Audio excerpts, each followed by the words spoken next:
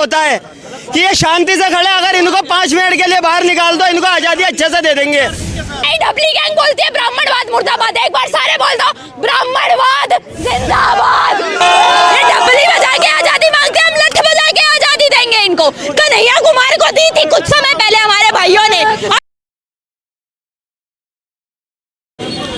नमस्कार, आप देख रहे हैं हाइपर हिंदुस्तान। इस वक्त हम मौजूद हैं डीयू कैंपस में। आज यहाँ पर यूजीसी को लेकर प्रोटेस्ट था, जिसमें महिला पत्रकार के साथ में जो बदतमीजी की गई है, जाति पूछकर, नाम पूछकर, गोत्र पूछकर जो बदतमीजी हुई है, कपड़े फाड़ दिए गए हैं महिला पत्रकार के। और करने वाले कौन? वही जो महिला समानता की बात करते हैं। आज हम यहाँ छात्रों से बातचीत करते हैं। पूरे पत्रकार और एबीवीपी के छात्र यहाँ पर मौजूद है, पुलिस प्रशासन यहाँ पर मौजूद है और जो आरोपी है वो अंदर है। हम बातचीत करते हैं। क्या नाम है भाई साहब? ओम सिंह नाम हुआ। मैं कैंपस लॉ सेंटर द्वितीय वर्ष का छात्र हूँ।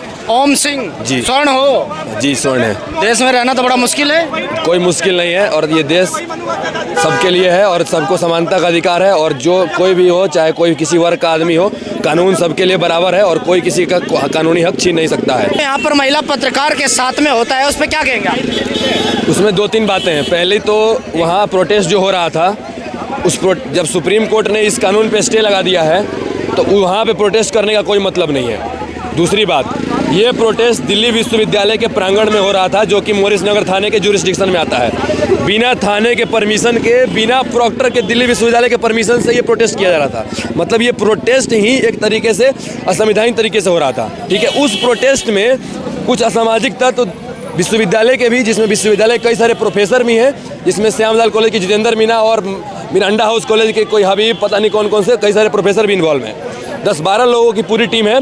ये लोग दिल्ली विश्वविद्यालय प्रांगण में बिना किसी परमिशन के, बिना एसओ के परमिशन के प्रोटेस्ट करते हैं और उसमें जाति सूचक नारे लगते हैं कि ब्राह्मणवाद से आज़ादी।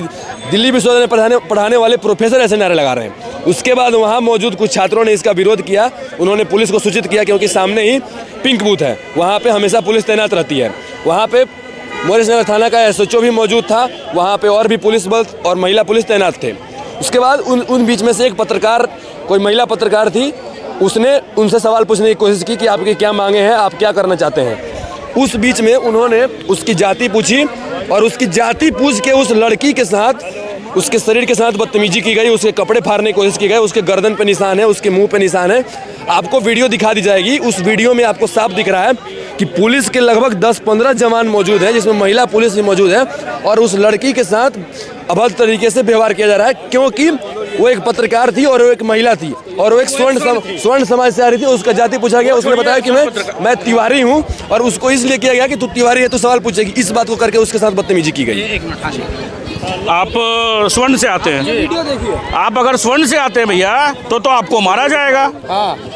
और आपकी चोटी देख के तो और मारा जाएगा। मैं ओबीसी से आता हूँ भाई, मैं तो फिर इसको और मारूं?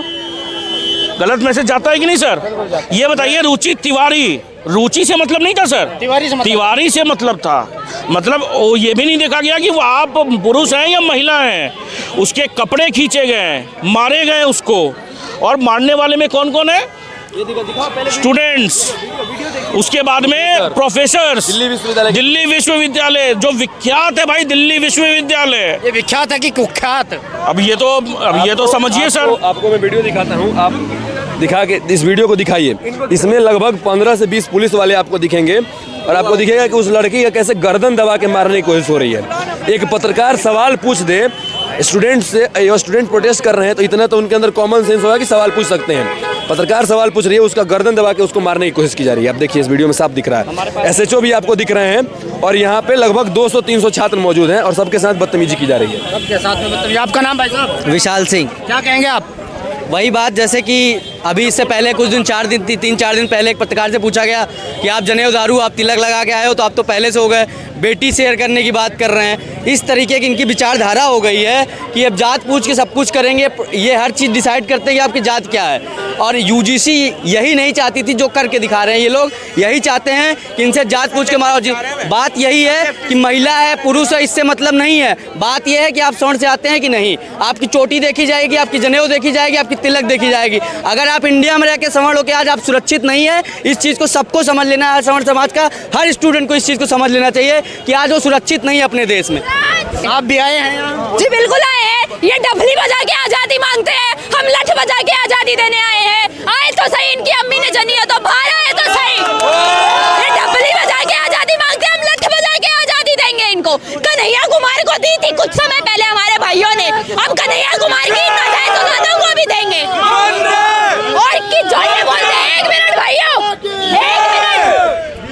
भाइयों, यही डबली गैंग बोलती है ब्राह्मणवाद मुर्दाबाद। एक बार सारे बोल दो, ब्राह्मणवाद जिंदाबाद, ब्राह्मणवाद जिंदाबाद। जिस ब्राह्मणवाद से इन लोगों को आजादी चाहिए, उसी ब्राह्मणवाद की आप जय बोल रहे हैं। बिल्कुल तो बोल रहे हैं। हमला होगा, हमला होगा आपके इनकी अम्मी ने ऊपर। जनियो भार आके हमला कर दे। अब इनकी अम्मी ने जनियो भार आके कर दे। मैं बता रही हूँ ये अगर इनकी अम्मी, देखिए सर, ब्राह्मण अगर रावण भी था, अगर आप जातिवाद का विरोध करेंगे तो जातिवाद बोलिए, ब्राह्मणवाद के खिलाफ नहीं। क्षत्रियवाद, ये जो नारे लगाते हैं ना, तालियां ढपलियां बजा बजा कर, तिलक तराजू और तलवार इनके मारो जूते चार। आ जाओ भैया, जूते लेकर के खड़े हैं तुम्हारा स्वागत करने के लिए। जूते लेके खड़े हैं भाई साहब, क्या कहेंगे? देखिए, एक रामजादों में और ऐसे हरामजादों में बस इतना ही फर्क होता है कि ये शांति से खड़े, अगर इनको 5 मिनट के लिए बाहर निकाल दो, इनको आजादी अच्छे से दे देंगे। बिल्कुल। आपको बुरहान वानी को कैसे आजादी दी थी हमारी सेना ने? तो क्या ऐसे ही आजादी दोगे इनको? अब बिल्कुल देंगे। क्या बोले? जो सुनिए, डफली बजा के आजादी मांगते हैं, हम लठ बजा के आजादी देंगे। वो जिस भाषा में आजादी मांगेगा उस भाषा में आजादी हम देंगे। और ठीक है, और ब्राह्मण जो है ना, ये सिखा जो है कमजोरी का निशानी नहीं है, ठीक है, ये पुरुषार्थ का निशानी है। ये हर कोई थोड़े ना रख सकता है। अरे भैया, ब्राह्मण का डीएनए आसानी से नहीं मिलता है, बहुत मेहनत है। रोटी बेटी का रिश्ता मांगते हैं ये। कौन? तो बेटी दे, हम शादी करने के लिए तैयार है, कुंवारे हैं, कर लेंगे शादी हम। दे बेटी हमको, कुंवारे हैं, और घर वाले बोल भी दिया कि ब्राह्मणों की बेटी मांगते हैं, आपको देंगे। मेरे पापा का सपना था मेरा बेटा 10 बेटी से शादी करे। ठीक है, तो आई एम रेडी।